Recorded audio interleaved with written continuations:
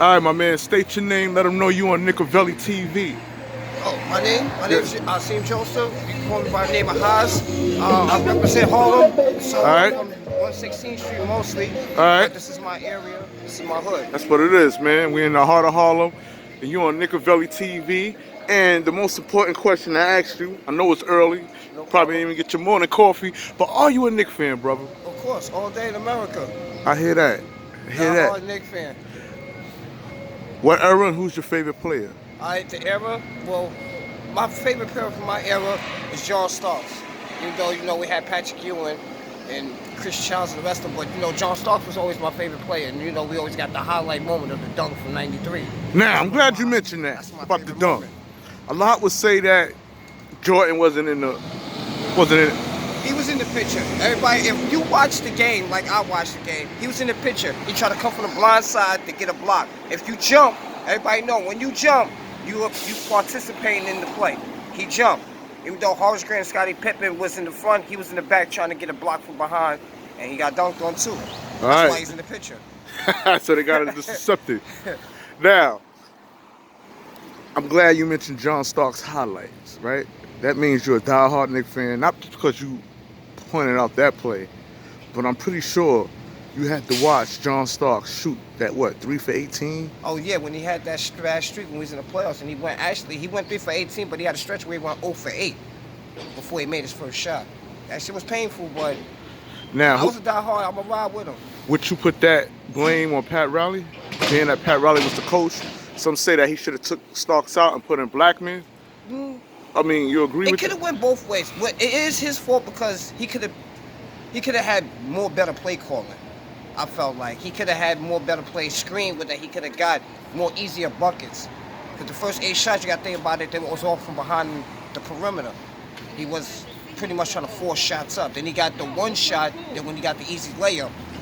But I felt like it's a two-way street. He was shooting bad, and he could have called better plays, so it could have went both ways. He could have took better shots, but he also could have called better plays for him. Okay. That's how I felt like. And as far as Patrick Ewing, when we speak of Pat, number one question I ask all my interviewers, or most of them, do you think his legacy is respected in the city of New York? There's something about Patrick Ewing, when you mention his name, he done a lot for New York. He have, but he don't get the respect technically he is supposed to get. It's like he's the number one leading scorer for our team, outside of Carmelo Anthony. But everything else, he owned every single record of.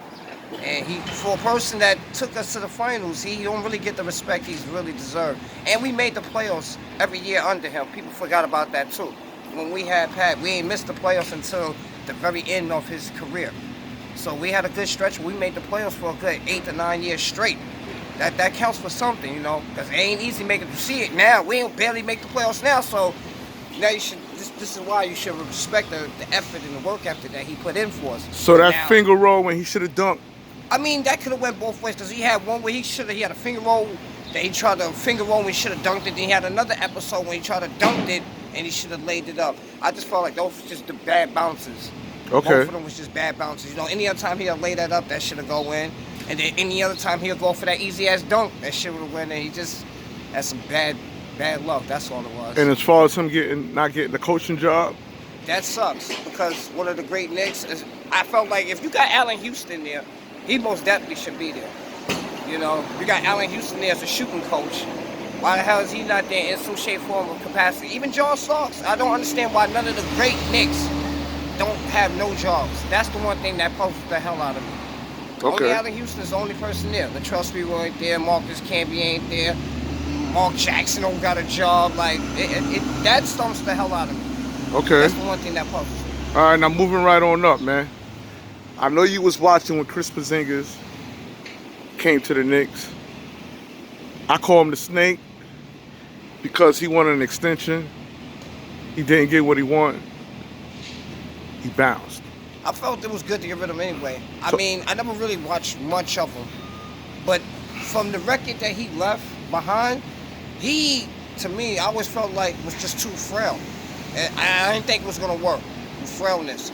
It's showing now. He haven't played no more than 62 games yet in his entire career.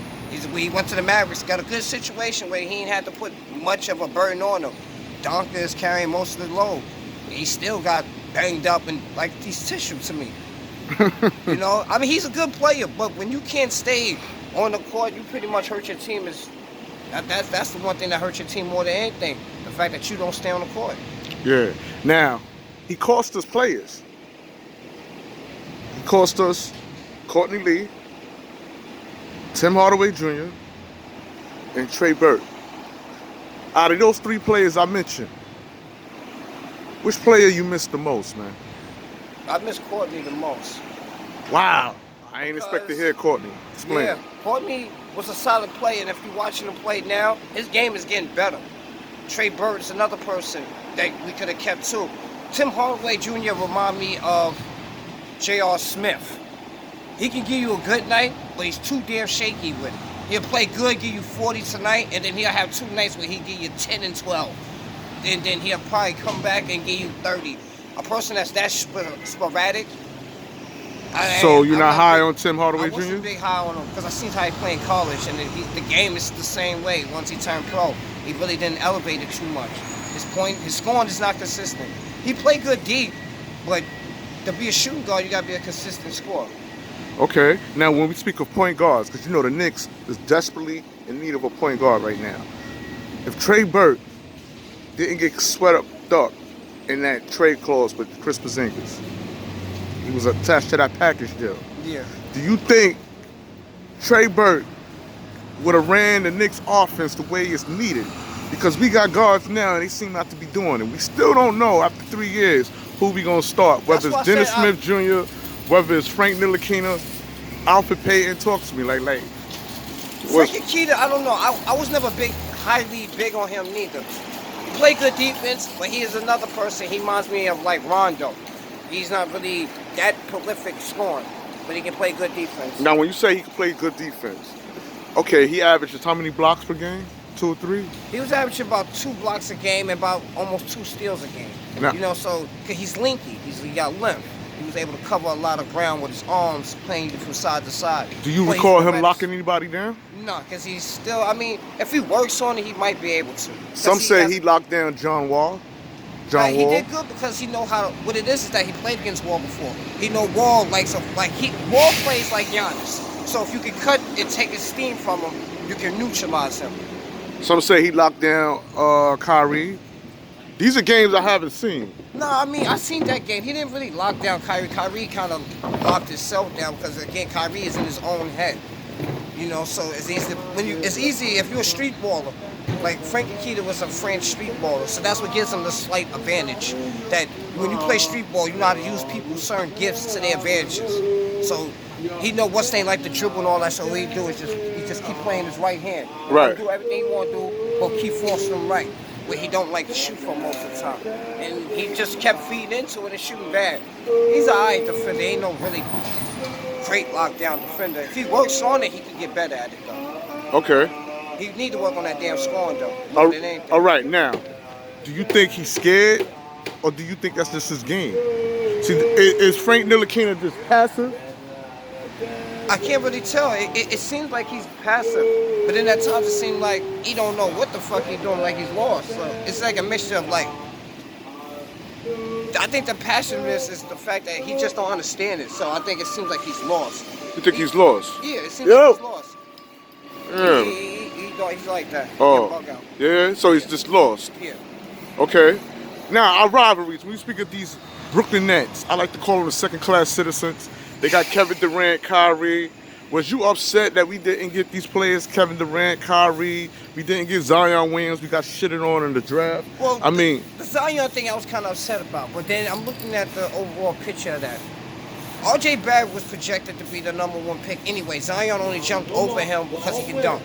But overall, though, R.J. Barrett was the #1 pick, projected #1 pick up to maybe like 3 to 4 weeks ago. Up to like before Zion turned pro, he was still leading. Then when Zion got injured, R.J. Barrett shit started stocking up. If Duke would have won, he'd have jumped over him. The fact that Duke lost, it kept Zion over him. So I felt like we still got the #1 pick overall. okay, so you believe that R.J. Barrett is the better player than Zion Williamson? I believe so. All around? All around. I believe we got the better player. I'm content with that. Okay, and how do you feel about Julius Randle, power forward on the New York Knicks? A lot I of like people give him his game. criticized because he turns over the rock. He do the spin move. Like, I'm a block away. Can you let the viewers know I'm a block away from Earl to Pearl, Monroe? Of course. That's where I'm at, y'all. I'm trying to get Earl to Pearl back on the show. And I believe that my man Julius Randle, that spin move, that if he want to learn that spin move, he need to come up the block in Harlem where I'm at and learn it from the man who invented it, Of course. who did it, I because he think- keep turning that rock over, and I believe that it costs us he needs to R.J. practice. Barrett getting the Rookie of the Year. It's R- true. Talk But to me. We played under a different system with two different coaches. So that's in the mess players up. If you learn it one way, coach get fired, then he wants you to adapt to play another way. So now you gotta stop playing this way and play another way. That season was kind of, it was kind of weird.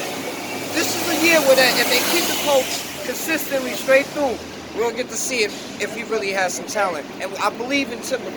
Thibodeau, everywhere he went, he turned players into defensive players. So who you see players being turned into a prospect player like Jimmy Butler? Because Jimmy Butler was under Tom Thibodeau. Yeah. See how he got him up and about? Who you see? Because Kevin Knox struggling.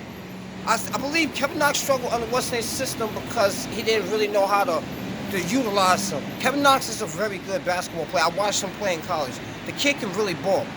I was happy when we got him at the pick that we got him at too. He can ball. He just needs somebody that can properly show him how to use his size and his quickness, because he's very quick and fast, and he's got a good handle on him. He just needs somebody to just properly show him how to use his shit. And R.J. Barrett I think them two being together is gonna make it easier for him. Remember, when he came, he was the only young motherfucker there. Not to say it like that, but he was the only young person there. What R.J. did now, he actually have like a counterpart, somebody who he can console into, somebody else he can lean into, and then vice versa. I think them two will mash together, especially with Thibodeau. RJ was already had a decent all-around game, and now with Thibodeau, he should be able to help find his game for him. And not the fact that we got Kenny Payne as an assistant also, alongside with Woodson. Yeah. Kenny Payne got a history with Kevin Knox. From college days. Yeah. So he pretty much knows him, and when he was playing good, he was the reason why he was playing good. So it's good that the Knicks now is finally starting to get people who's more familiar with the style of young talent that we have. We've got a bunch of young talent. There's really no old veterans on that team. They got rid of most of them already now in the last deal that they did with LA. So now you just need somebody that's need to mold that talent. Keep the talent. That's why I feel like if they can mold the talent right, we got something there. It's just got to be molded right. You need the right person to bring him there. I feel like Thibodeau was he's the kind of person we need because he's defensive minded. Him with Tyloo was a good fit. All right, and we about to close out with these two questions right here. Are you happy about the return of Carmelo talks that's surrounding the New York area? And how do you feel about a potential CP3, Westbrook, or James Harden? One of these star key players coming to the Knicks, if that was to happen. Let's start off with Carmelo Anthony. Would you like to see Carmelo Anthony back? This is the only guy who took us to the postseason in years, man. I mean, Melo The last ended time bad. was 2012. It ended bad because of And Phil Jackson. I don't want to cut you off. He's the only player who he chose the Knicks over rings, man. He could have been playing with LeBron and Dwayne Wade. No, I'm sitting there. I mean, now it probably I don't know. It depends. I mean, he looked good when he was with Portland, but I don't know. Right now, with a young team we got like that, now, if they go to bring in a veteran like that, there's got to be somebody who's a little bit more stable. Like, Melo's good.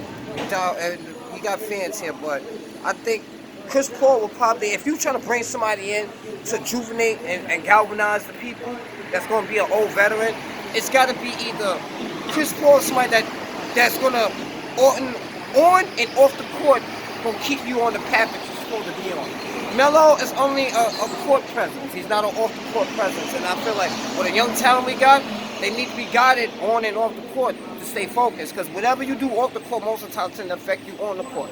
So if you out partying and all that shit, or you're not taking this shit seriously, and you just coming in, you already know how the outcome of that shit turned out to be. I think if they're gonna bring any veteran in, it should be Chris Paul. Harden, you can't. Harden is just Harden. I don't think he makes a team better. Like wherever he goes, you will have to put things around him. He's not the kind of person to uplift people. You can tell in Houston, he don't uplift the team. And Westbrook, being that we got a rivalry with the Nets, do you think that'll be a good rivalry, Kevin Durant and Westbrook? Westbrook, that actually might, if he's willing to, yeah, because he'll hold everybody accountable. See, that's what I'm talking about. If you want to bring a veteran, it's got to be a veteran that's going to make sure that he holds himself accountable and you hold yourself accountable, and he's going to make sure you held accountable. See, that's what they really need. They do need a veteran, but they need somebody who's going to come in there and it's not going to be a laid-back veteran. They need a veteran that's going to have a voice in the locker room. That's what they need. And that's what it is, man. I'd like to thank you for coming on Nickavelli TV, where we talk nothing but these Knicks. In the heart of Harlem, y'all. In the heart of Harlem. This is the Mecca Borough, what we speak of NYK. And we out. Peace.